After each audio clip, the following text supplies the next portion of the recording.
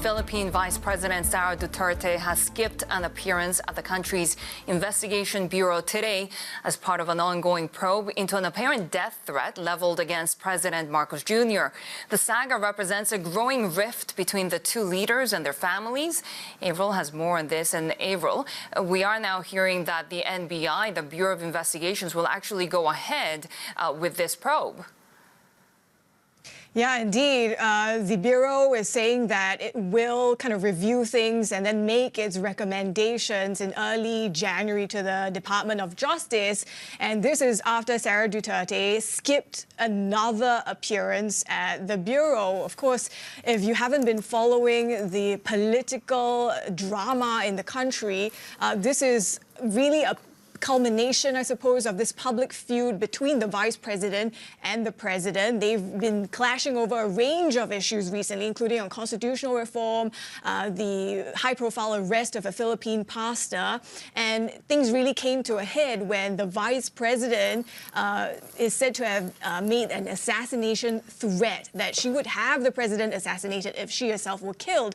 So essentially, she's being hauled into the Bureau to kind of explain that threat. And of course, this is worth noting because it's 2 years after they came together, joined hands on a unity platform to win the election. So it's quite startling how the relationship between the vice president and the president has just all but broken down. And also keep in mind how these are descendants of really powerful political dynasties in the Philippines, the children of two former presidents. So it's just, you know, quite something to see how things have progressed there. Sherry? And she's also facing 2 impeachment complaints, right? What can we expect here? Yeah, so these 2 impeachment complaints have come in the past week, and they are related to bribery, corruption, misuse of public funds. The House of Representatives will soon have to decide whether they want to dismiss the complaints or put it to a vote. And if the House of Representatives indeed puts it to a vote and they get a third of support from the House of Reps, then it goes to the Senate, which ultimately is the sole authority in kind of deciding these impeachment cases. But many have already pointed out that the Senate itself might not want to see a conviction of Sara Duterte because the midterm elections are coming up and she remains popular in the country.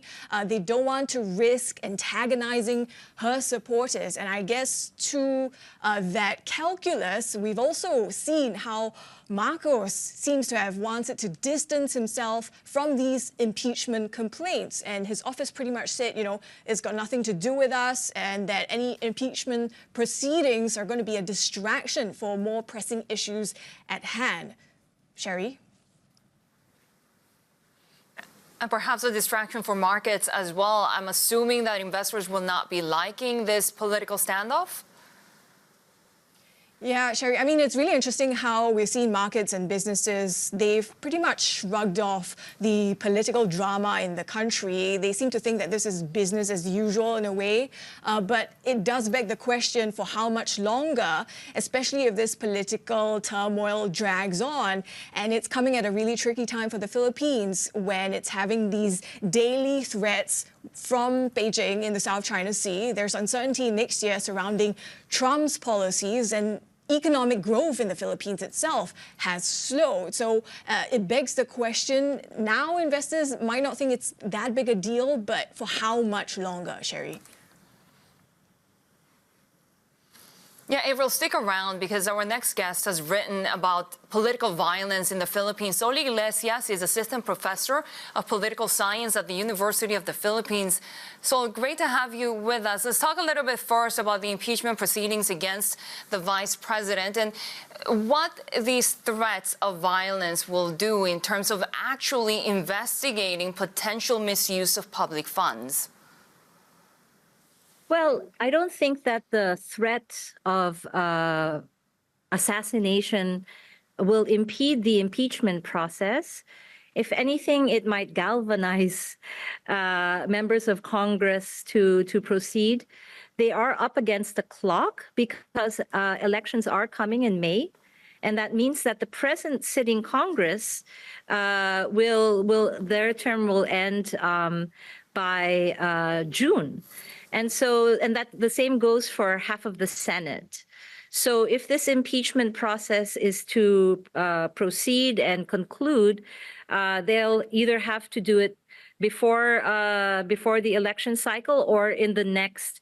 The impeachment pleadings will need to be refiled in the next Congress. The May 12, 2025 polls, how much at stake is there here? As we continue to see this, perhaps, can we call it a proxy battle between two very powerful families? I mean, it's really very dramatic, the latest developments in the Philippines, looking at what's happening right now from overseas. Yeah, so I think that if they do proceed with impeachment during this cycle before the elections, of course, it's going to be pretty dicey for some of the candidates, especially those for the Senate. And there are quite a number of sitting senators who are up for re-election, and they might be, on one hand, they should be weighing the merits and demerits of the case itself if Congress impeaches Sara Duterte and sends the impeachment to the Senate for trial and final decision. But they might be calculating on the basis of, are they going to need votes from the south of the Philippines especially, or the broad sort of base of Sara Duterte, based, of course, on the popularity of her father.